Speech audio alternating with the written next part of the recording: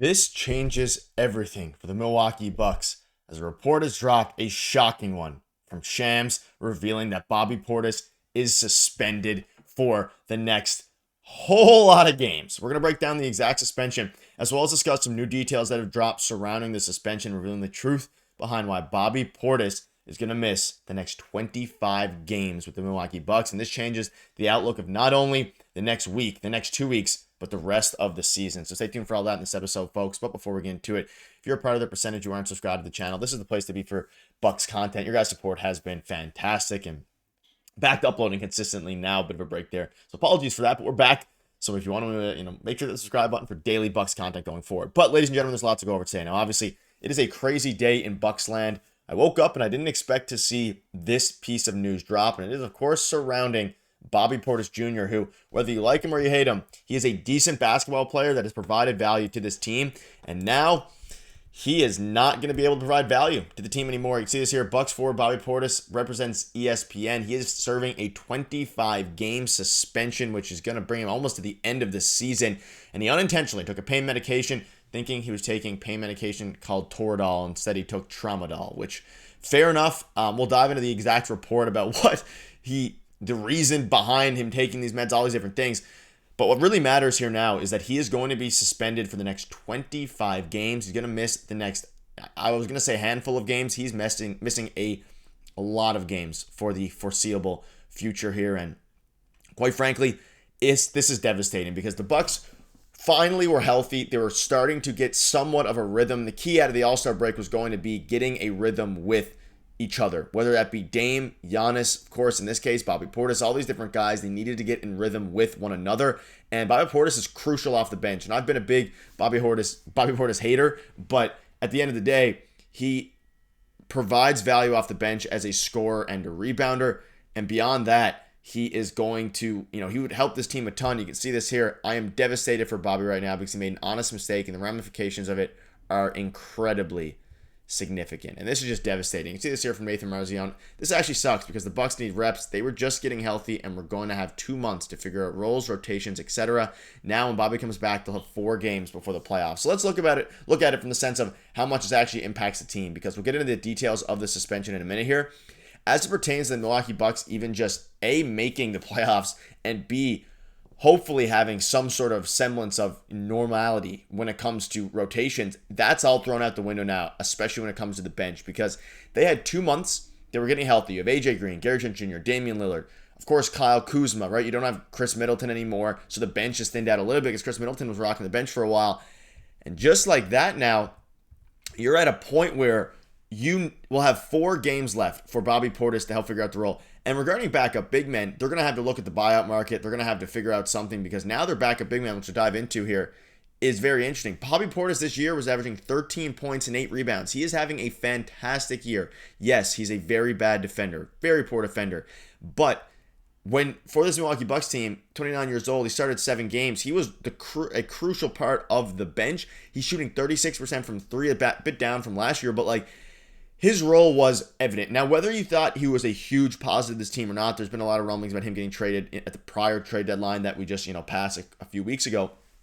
And when that trade deadline passed, we were pretty happy with what we had on this team now. He is no longer going to be able to do that. Diving into some of the details, the suspension is a devastating blow to the Bucks, who are in 5th place in the Eastern Conference and now lose one of the NBA's premier 6-men. The Bucks have 1 open roster spot to make an immediate move, while Portis will lose $2.85 million with the 25-game suspension. He will be eligible for an April 8th return against the Minnesota Timberwolves. With 4 games left in the regular season, he's averaged 13 points, 8 rebounds, ranking 6th in scoring and 2nd in rebounds off the bench among NBA players. And he finished top 3 in voting for 6-man of the year over the past 2 seasons. Just absolutely devastating, right? And he is a very solid 6-man, one of the best in the league. And now coming back with 4 games left, you're going to have to, hopefully he remains in shape. Hopefully he can figure out some things as it pertains to staying with the team and, practicing on his own, whether he's allowed to practice with the team or not. We're kind of unsure about it at this point. Losing Bobby for 25 games, legitimately crippling for Milwaukee and going to make a slog of the remaining regular season games. Getting some real wins out of Jericho Sims has become a must. And of course, we know they made the Jericho Sims trade at the deadline. And now, getting Jericho Sims, he's going to have an increased role because they don't have a backup center right now. Their backup center was Bobby Portis Jr. Obviously, he's a power forward / center. they have one open roster spot. They're going to have to make some moves to the buyout market, maybe Bizak Biyombo, players of that nature. Like, it's going to have to get very, very interesting, extremely, extremely fast, because this was a huge wrench. And again, he's suspended for taking a banned substance. And man, oh man, it is just devastating. Let me know down below in the comment section, how much do you think this is going to affect the Bucks? Because obviously they're at a point now where, again, their current bench is a little bit rough as is. You have a bunch of different things here. And surrounding details about the suspension, he unintentionally took a pain medication called Tramadol, thinking he was taking a pain medication called Toradol. Toradol is an approved pain medication that he has used previously and the teams and players use for pain and inflammation at times. Tramadol is not an approved medication and was just added to the banned substance list last spring. And what he took was with a valid prescription, which he mistakenly told was Toradol. And apparently the actual person, the assistant, told him that it was the right one, even though it was the wrong one. An honest mistake that was made because of the similarity in the names. Bobby was using this anti-inflammatory pain-reducing medication to deal with an elbow injury. I mean, assuming this is true, absolutely devastating. You never want to see players, I mean, they're not wrongfully suspended necessarily, but they're at the point where it's like very unfortunate because, I mean, Bobby, it's devastating for him. He obviously loses $2 million as well, which isn't chump change even for these NBA players. And when it comes to the Bucks, I mean, absolutely devastating. Like, it's a devastating loss. And obviously, like, the starting rotation is still solid. You have Damian Lillard, you have Giannis Antetokounmpo, you have Kyle Kuzma. You can get by, but really pushing for the last few months of the season now, last few weeks of the season, over the next 29 games that are remaining, is going to be very difficult without your best bench rebounder, your best bench scorer. People are going to have to step up. You're going to have to really hope Jericho Sims taps into some of that untapped potential that the Bucks GM and things like that saw when they made that trade, because hopefully John Horst was right on that, because they're going to have to also make more moves. And like this, says here in the article, right, the Bucks have an open roster spot to make an immediate move. And I would assume they're going to be calling a lot of big men. Of course, there's a lot of teams that need big men, like Lakers still are, kind of need a big man. There's a bunch of different things there. But as it pertains to right now, Bobby Portis is suspended. The Bucks rotation is in a bit of a mess now when it comes to the bench. You don't have Chris Middleton anymore.